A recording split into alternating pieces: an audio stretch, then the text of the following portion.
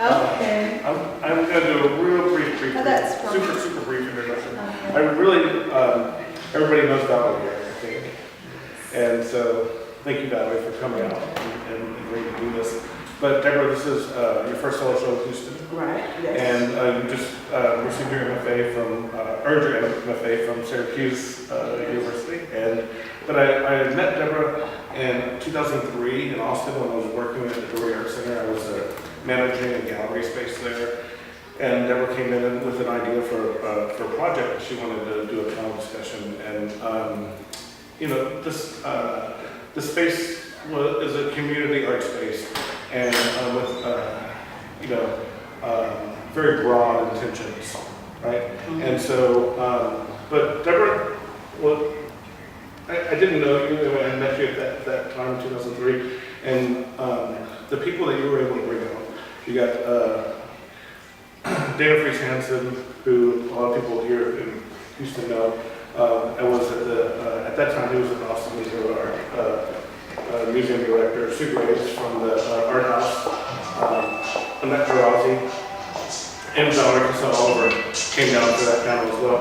And it was wonderful because what you were doing was like sharing this like wealth of knowledge with people, with artists that didn't necessarily have access to that.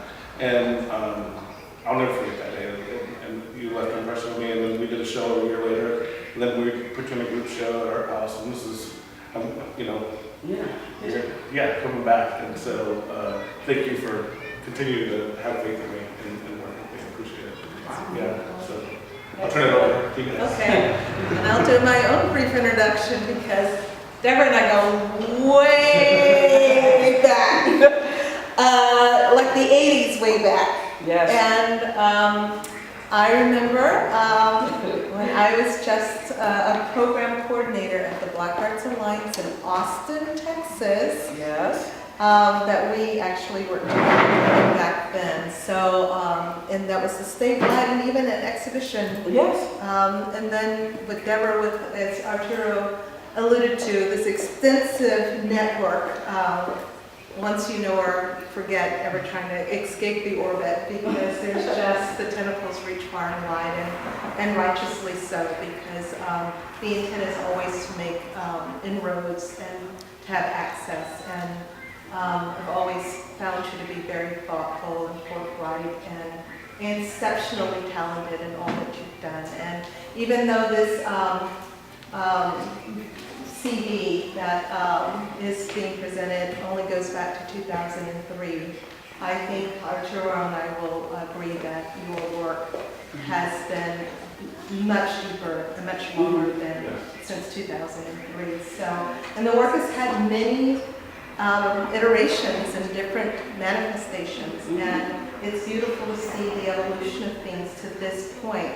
But I know that even in when you showed at the O'Kane Gallery, that was before you left to go to San Francisco. Yes. So that was like in 2004. That this was the particular subject matter, the well that you had opened up and started to draw from. So I would like to just, for a lot of people who don't know you, to talk a little bit about that repository of knowledge and inquiry that you've been dipping into since '03, because I found it to be very consistent. And even when I look at all of the solo exhibition, even the titles, things like that show, which was actually in '06, Reconstructing, Rethinking, Reacting, Bearing Witness, Resistance Begins at Home, Domestic Disturbance, When We Just Existed, One and Many, which is the title of this. So I think there is a through line in everything. And so why don't we just talk about the context, the thing that you draw from, and then we can get into the specifics of this work. Okay. One of the things I had to blame Valerie for graduate school I wasn't going to go. I was thinking about it. And I came to you and talked to Valerie about it. And she said, yeah, go to grad school. It's going to be fun. It wasn't fun. You went to SAIC, San Francisco Art Institute first. And then I hated it so much I went to Syracuse again. Yeah, the work started to change early in 2003, 2004, and my work looked like Norman Rockwell before. And so, but I could feel it changing, so I tried to push it down, you know, the ideas of beauty and identity, because I was selling this work. It was very good and people liked it. And I thought I would give it 3 months to just challenge the work. And after that, I go back to doing the Black Romantic. And so that was almost 7 years ago in 3 months, whatever. Yeah, so I've been doing this. And the work is just changing. I think it's at a point where I'm trying to talk about how images are received, not perceived, but received, and how Black women's images been received. So I think that's been a theme throughout the work, is how we view, how we view, especially Black people. Especially Black beauty, and this sort of notion that these perceptions go so far back from the notion of the stereotype. I know for the O'Kane Gallery, you were really drawing on the image of the pickaninny as, you know, the Currier and Ives, you know, pickaninny that was so prominent in the late 1800s and the early 1900s, or the early 20th century, what am I saying? The late 19th century, the early 20th century, and picking up on that. And I see some elements here, and yet it is totally obliterated, and there's now a stand-in of self in a lot of these images of the young, you know, the young Deborah. So do you want to talk about the sort of transition of going from that image to actually inserting yourself? Well, when I was trying to pick an image, and it was like the way Black women were being projected on videos, the video vixen, and it was this hypersexual woman with throwing her body and her hair around, and they are considered gyrations, as my grandma said, not making those gyrations. And so I wanted to try something different. I wanted to talk about beauty. And so one of the things I did was ask all my friends to send in a baby picture, and a younger picture. And what I was going to do was I was going to challenge beauty through at the age of 8. You know, that's when we started thinking about wanting to wear makeup and wearing stuff. And so when I got these pictures back from my friends who I cared a lot about, I couldn't destroy their face.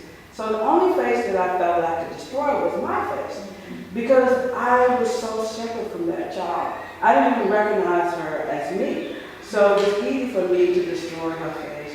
And it took me 2 years to work through all of that before I started co-opting and appropriating other faces of little girls. But I wanted authentic looking faces that wasn't touched by popular culture. So I looked for faces of kids in Haiti and in Sudan and different parts of Africa, different countries in Africa. And I just came up with faces where these girls were authentically, they were authentically themselves. And then I just attacked them.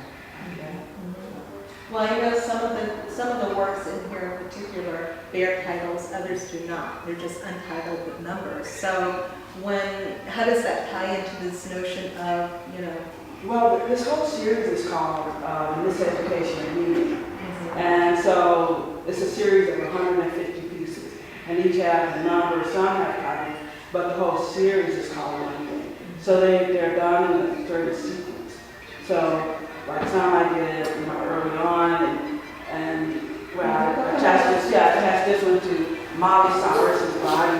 Molly Cyrus is the most sexualized young girl, and no one seems to care. And so I attached it to this little face of a little girl from Haiti. They are two separate people. They would never ever merge. But in the work, they're allowed to, you know, merge together and become this kind of awkward idea of human. So that's how it worked. And then I always want to challenge art history in my work. So I have a Mondrian dress. I drew a Mondrian dress. That's part of history, art history. At one point we wasn't a part of.